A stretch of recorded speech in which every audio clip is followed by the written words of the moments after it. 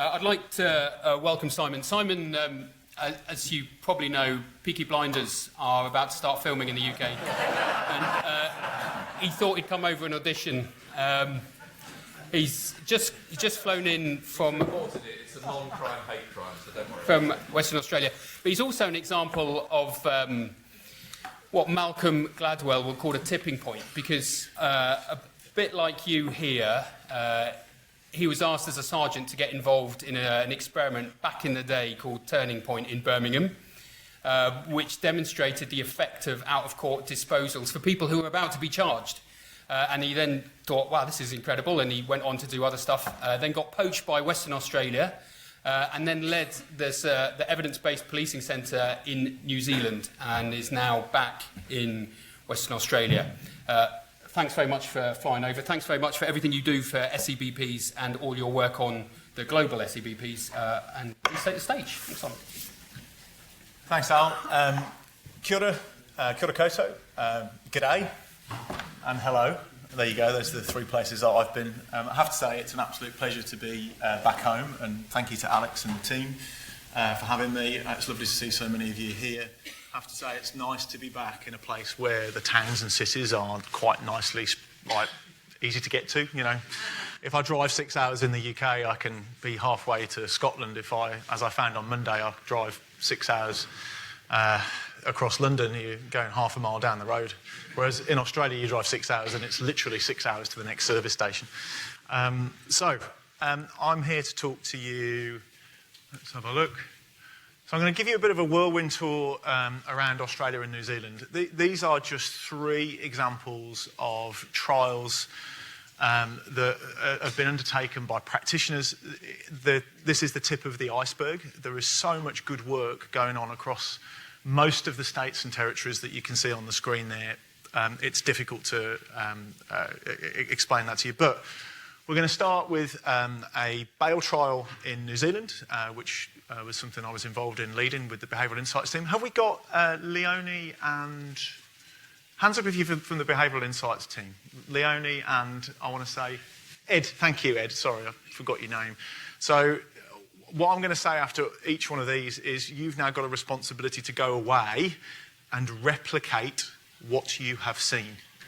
Go and talk to Leonie and Ed during the day, and they will explain how they can help you work on replicating this approach. So, where else are we going? We're going to Melbourne in Victoria, just in the south there to talk about focused deterrence, and then up in Brisbane to talk about targeting recidivist offenders.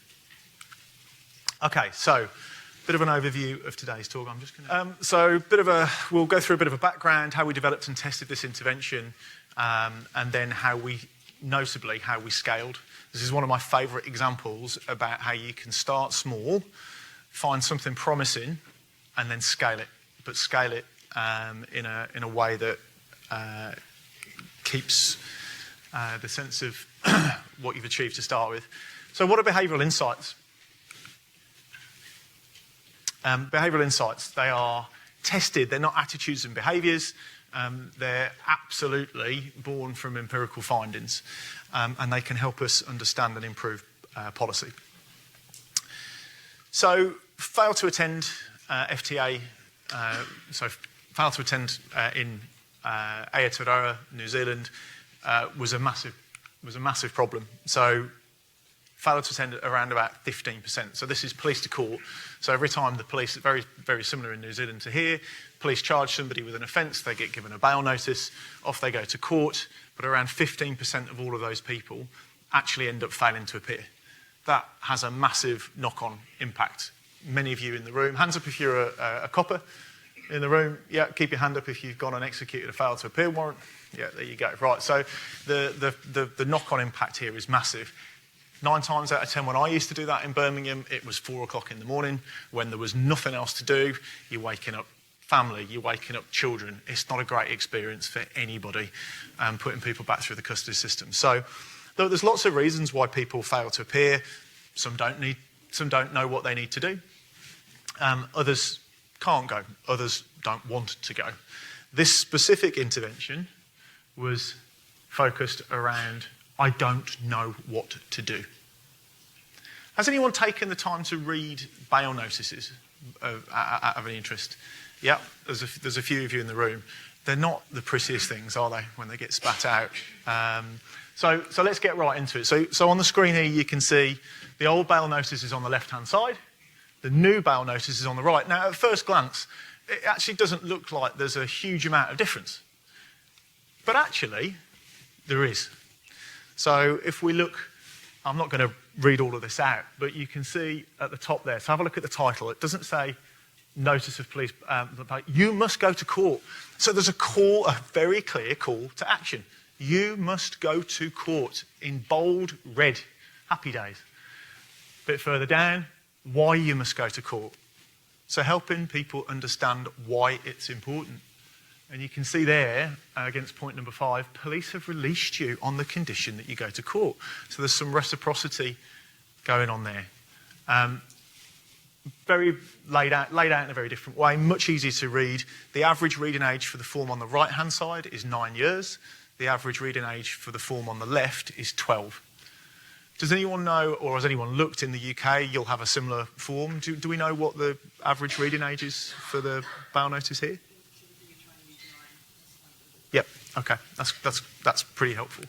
So the evidence around how we read in the Western world, we read top left in a bit of a Z pattern as we go down the page. So you can see here, we followed the evidence, we followed the best science and put the most important information where eyes scan.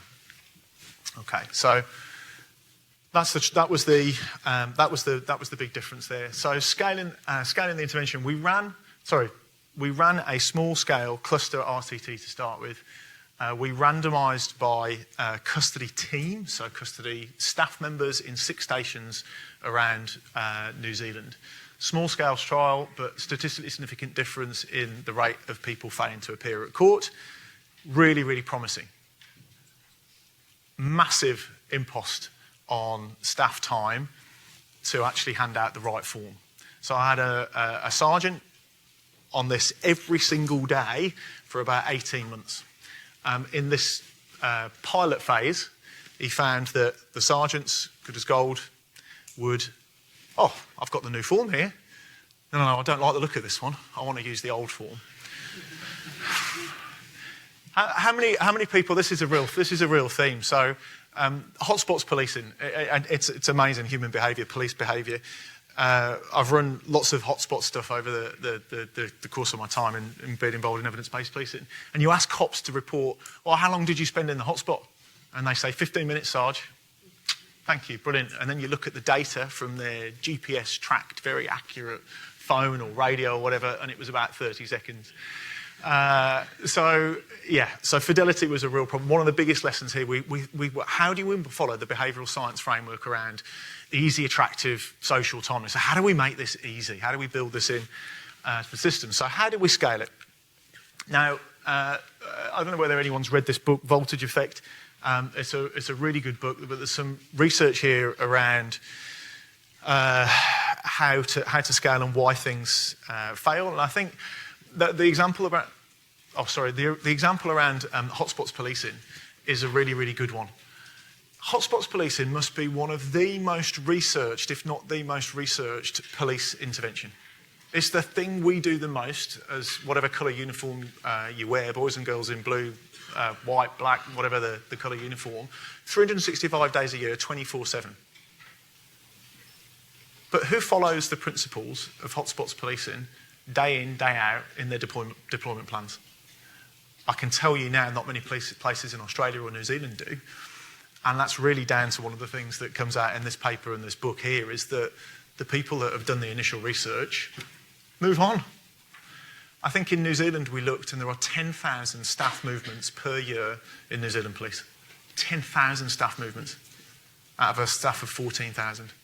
So it's no wonder some of these ideas don't scale. So we said, how are we going to scale this and how are we going to do it in a way that makes it almost infallible for the wrong notice to be given out? So we went and presented this to the NEA reference group. I have never sat in a more mundane meeting in my life trying to explain to a lovely group of people the importance of putting a new form into a very, very old, archaic system, so it would automatically spit out the right form. But over 33 months, we ran a step-wedged randomised control trial. So basically, every fortnight, we brought a new police station on board, and they automatically got the new bail notice. They could not issue the old bail notice. It was removed from their version of the National Intelligence application. It was impossible for them to do it. And I know this because I had a sergeant every single day. He went through the almost 18,000 bail notices that were issued, and he checked every single one of them. It's really, really important. So that's how we ran the trial. Stepbridge RCT, 18,000 people almost went through. There was slightly more, the two groups were broadly the same, but there were slightly more women in treatment compared to control, slightly more Maori participants and fewer NZ Europeans. But look at the difference. Looks small on the graph, but actually it's a 15% reduction in fail to appears, and that difference was statistically significant. If you translate that into actual numbers, we've tried to estimate this, but you're looking at least 1,500 people who have been prevented from failing to appear at court. So that's 1,500 less warrants, 1,500 less jobs that are put into the CAD system, 1,500 less knocks on the door, and you get the idea. So really, really cheap and effective way to target that particular issue around fail to appear warrants. Lots of potential to do more there. I go back to this book again if you've not read it. Well, I think we generally followed the checklist that if you look at the themes in this book, I won't go into each of those points, but I think the biggest one there was infrastructure really matters. Make it easy for your people to follow the process. Build it into the system. The easier it is, the better you will be able to, and the easier it is to scale. We also did some interviews with custody sergeants, staff members, courts. I'm not going to talk about this too much, and I'm happy to share the slides so you can have a look at some of these comments, and there'll be a paper on this published in the next 6 months, hopefully. But some really interesting insights that came out of this, and this is what I would urge all of you to do as well. If you're going to run a trial, it doesn't matter where it lands on the Maryland scale or that hierarchy. Go and talk to people as well. Last week at the Global Police EBP conference that Alex, sadly for us, was in attendance at, one of the highlights for us, we brought in 3 youth offenders. So these were gang members, young kids who had gone through the system, done significant amount of time behind bars. But actually listening to them talk about their experience with us as police officers and those encounters, those micro moments that really, really matter, guess what came out? Themes around procedural justice, and actually how you talk into them, how we talk to people really does matter.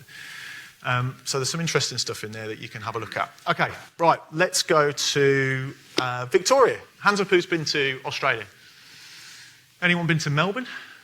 Yep, a few of you. Fantastic. So really beautiful city, Yarra River running through the middle of it. It feels for me almost like a bit of a home away from home. It's got lots of old colonial buildings. The chap that you can see... Oh, what's different is on... Anyway.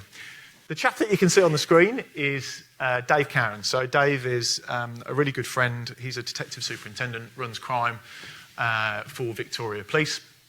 He's also the president of the ANZ EBP, and there's something called Churchill Fellowships that people across policing and the public sector in Australia take advantage of, which enables them to go and travel globally to investigate various different areas. Dave travelled globally just after COVID to investigate evidence-based policing and what was happening across the world. You can download that report now, so open your phones or laptops or whatever, just Google Dave Cowan Churchill Scholarship. that report provides some really interesting insights into what's going on across the world and why it's important for us to collaborate globally. There's also a bit of a roadmap around recommendations. Those recommendations, I think, are just as applicable in the UK as they are in Australia and New Zealand. So, Dave is wonderful at just getting on and doing it. He doesn't go to his Chief Commissioner, Shane Patton, to ask permission. He just does it. Really, really important there. Dave wanted to really lock in with this, the benefits that Victoria, and particularly South Metro, which was a pretty challenging place to police, had seen in the drop in public place violence after COVID. So he wanted to take a focused deterrence approach to targeting people who had got previous for serious violence offences. These are things like affray, serious assaults, aggravated burglary would be in there, street robberies and theft from the person. That kind of offence. Just one thing I think at the bottom here is that this focused deterrence approach. It's not just, it's more than a carrot and a stick, right? And Alex mentioned Operation Turning Point years ago. This is very much the same as the integrated offender management approach that I think UK policing moved to 10 years or so ago. And I think there's an often forgotten Peelian principle that I think was really designed at the time around politicians not interfering, but that open and ready hand of friendship. Actually, it's really, really important. It's not just about having going out and making sure that we're targeting the right people. It's how we do it and making sure that people understand that we are here to help as well. So every offender got one of these letters in South Metro. There were 1,000 offenders, and I'll come on to that in just a second. But this was built on the premise of procedural justice, so the letter was designed around those 4 key principles, offered advice, support, but was a very clear message around, if you don't tidy your act up, we'll come through your door at 3 o'clock in the morning. So really building on the focused deterrence work that David Kennedy and others have developed, and many of you will be aware of things like Operation Ceasefire in Boston. And we were lucky to have David Kennedy with us last week in Melbourne, actually, and he talked very, very passionately about this body of work. So, 1,000 offenders were identified in the analysis. So Dave went back, I think, 3 years. They were matched on their cohort characteristics, randomised into 2 groups, and the implementation was tracked. How? Dave gave his cops an iPad. The iPad had essentially a survey on, so every time an officer went through the door, knocked on a door, spoke to one of these offenders, that was registered and fed back via a survey. Dave went and did some of these visits himself as well, so he didn't just sit in his lovely office. And Alex, if any of you have been to Melbourne, Victoria Police Centre, I've never been to a police building like it. It's insane. Twin towers, about 30 floors, helipad on the roof.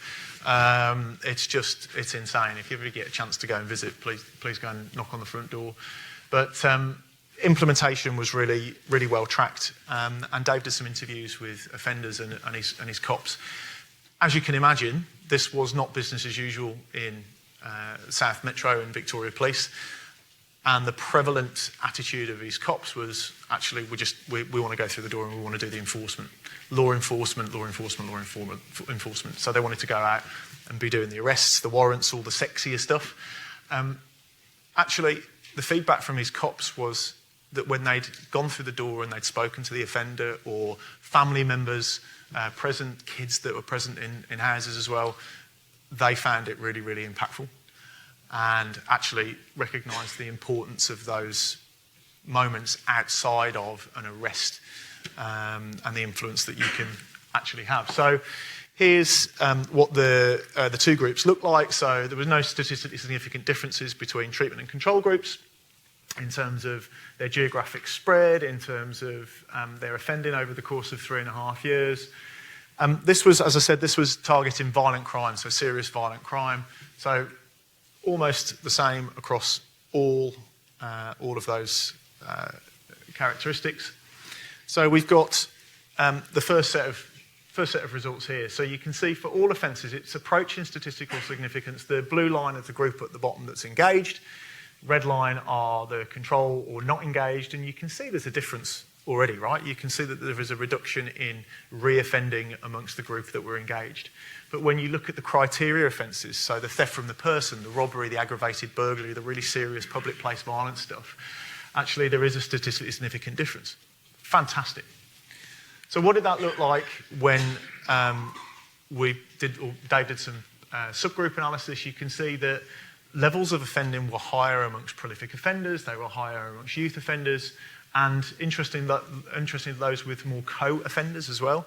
But even though the offending was higher in those groups, the recidivism was still lower in the group that were engaged. So focused deterrence in South Metro worked. It had a big, big impact on the recidivism rate for the 500 offenders that were targeted during this operation. Now, Dave didn't have the resources to go out and talk to 1,000 offenders at once. There was a really missed opportunity here as well. So I was with New Zealand Police at the time, leading the National Evidence-Based Policing Centre, and we launched something called Operation Taufiro, targeting serious public place violence offenders. We designed these interventions together, same protocol, so there was an opportunity to test in tandem a focused deterrence model with a knock on the door outside of one of those custody events or arrest events and see what the effect was across two different geographies in the Southern Hemisphere. The alignment wasn't there. Dave just went and did it, didn't ask his chief for permission. In New Zealand, the public place violence at the time was really politicised, and that operation just went ahead. It was just done. So if you Google Operation Taufiro in New Zealand, what you'll see are lots of great news articles and PR pieces put out from New Zealand Police around, we went and arrested this number of offenders, we executed this number of warrants, we recovered some drugs, we recovered some cash, da da da. But they're not able to talk about, hey, this is how we reduced reoffending. Whereas Chief Commissioner Shane Patton in Victoria Police can now say, hey, we did this, it was based on the best available evidence, and look, we've started to reduce recidivism amongst people who commit public place violence. So the importance of this stuff can't be understated. Get out there, have a go. Again, your responsibility now in the audience, take this back to your policy shops or back to your force and think about how you can replicate this. Okay, off to Brisbane. Who's been to Brisbane? Yeah, nice. So very, very sunny, beautiful place. Darren Green is a senior sergeant and tactician from Ipswich in Brisbane. And I have to say, he is probably one of the most inspirational practitioners I think I've met in the Southern Hemisphere. Darren's currently a PhD student with the University of Queensland. But he just keeps churning out trial after trial after trial. He just does it. And he now gets left alone to do it because of the insights that he provides his command team. So this was targeting repeat offenders. This is last week in Melbourne. Darren was the recipient of the Distinguished Police Science Award from the ANZ EBP.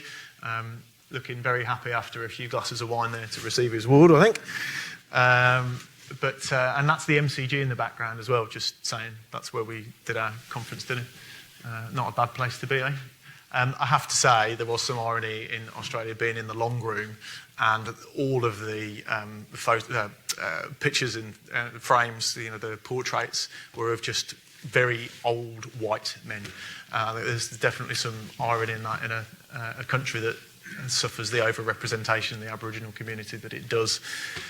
Anyway, we won't go there. So this is Brisbane, this is Ipswich.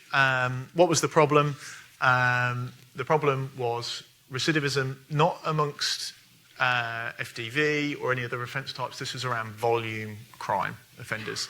So there was a big push at the time in Queensland Police in particular, who have, if you Google Queensland Police Royal Commissions, there's been some really interesting reviews of policing. We don't have a HMIC FRS in Australia or New Zealand, but if we did, you would probably say that they were a failing force. So lots of reform, lots of innovation, and lots of push for, lots of push for referral into other service providers. So, thinking about behavioural science, nudges, can we put a cheap intervention in place to get offenders engaged with referral with service providers to reduce their recidivism? So, this was Darren's response. So, within 48 hours of a person being charged, and this was really kind of following the evidence around nudge theory, is that this offer of support didn't come at the time somebody had been charged. This waited 48 hours after then that kind of cooling down period.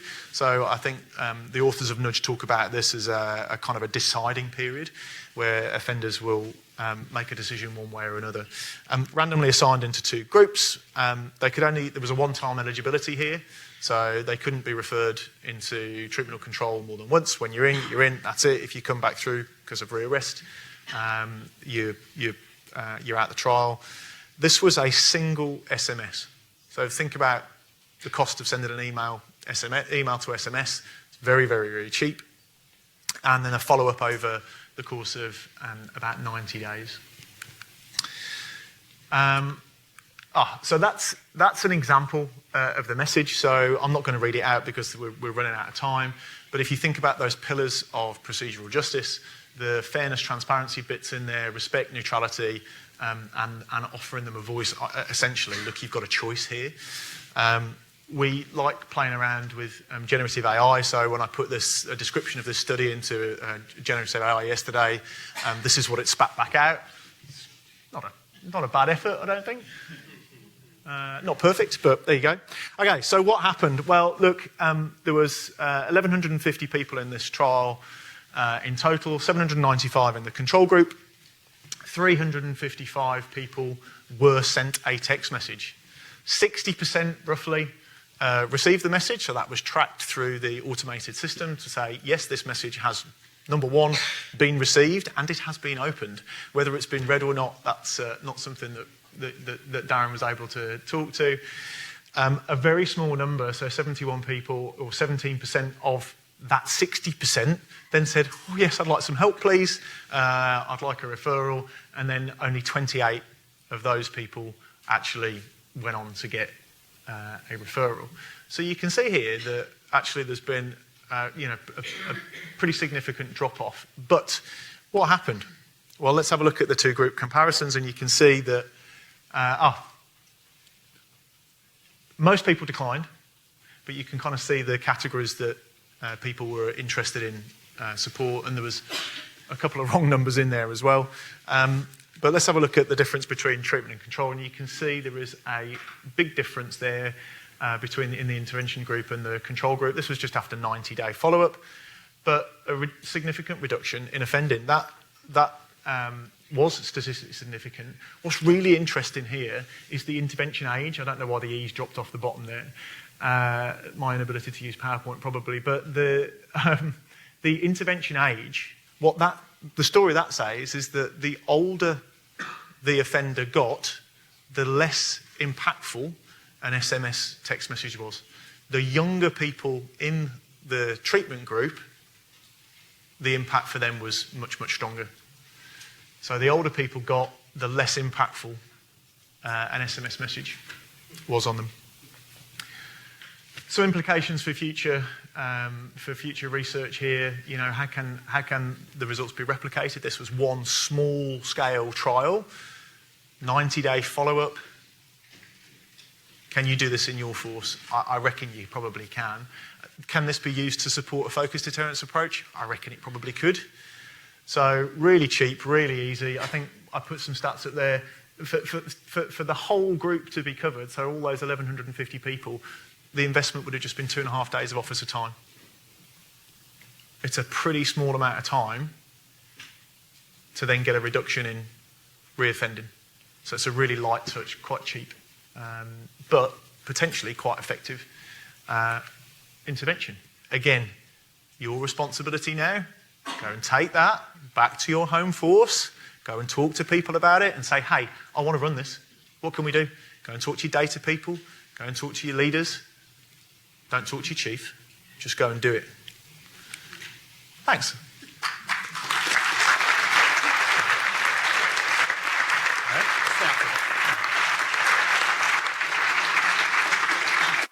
Thanks, Simon. I mean, 3 really simple interventions, minimal cost, with a difference. It's remarkable. We've got time for 1 or 2 questions. I think that clock's just a little bit fast. So, question for Simon, please. No difficult ones. Yes, go on. I'll try to keep it simple. So I was just interested with the second project you were talking about, the door knock. Yep. What exactly was happening on the door knock? Was it an offer of further support, or was it just a conversation, or what were the officers actually doing? Yeah. We'll just repeat that question. Is what actually happens on the door knock? What's the conversation that takes place? Thanks. That's a really good question. So Dave did about a 20-minute training input to his cops and basically went through those pillars of procedural justice, how to talk to people, using the letter as a bit of a script. So asked his cops to think about how you approach it. So it was more than just a knock on the door. It was actually, look, we're here to help. We're not here to arrest you. To start with, you're not wanted for anything. We just want to have a conversation. And so as they went through the door, that opened up into a much deeper conversation around actually what are the issues, what are the triggers for your reoffending, how can we help, what service providers are the best ones. And it was pretty, David will say, it was pretty transformational for his cops, because that's not business as usual policing for them. Yeah. Thanks. Next then, sorry, final question just behind, thanks.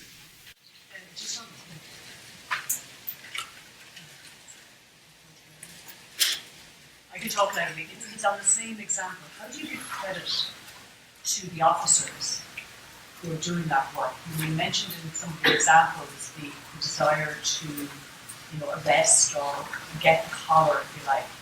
And for some of this work, it's a little bit harder to give credit. How do you kind of support officers in this is a really good thing to do, and you actually give you credit for it in your own performance? Yeah, so the question was around how you give credit back to officers where the general culture is actually we need to go out and arrest the bad guys. I have to say, Australian policing, as wonderful as it is in its many ways, is very politically influenced by 3 words: tough on crime. That is often translated as we need to go out and arrest our way out of all of the problems that society has. And obviously we know that that's not the most effective way most of the time. Dave is an incredibly inspirational leader. So one of the things that he integrated in this was a kind of a continuous feedback loop, and had regular briefings with his cops. And if he was standing here, he would say he kind of could see the penny dropping for cops around. Actually, I haven't had to go back out to that particular address. Actually, we haven't had another warrant. We haven't got another notification that this person's, suspecting in an offence. So it really did start to change the culture and the mindset of cops. Great. Yep. Thanks very much, Simon. Really appreciate that. It's quite inspirational, and I love the Masters programme here, by the way, because it's very applied. But it's fair to say none of those 3 interventions were part of any further education. People had been educated and they'd been challenged, and then they'd just gone and done it in the workplace.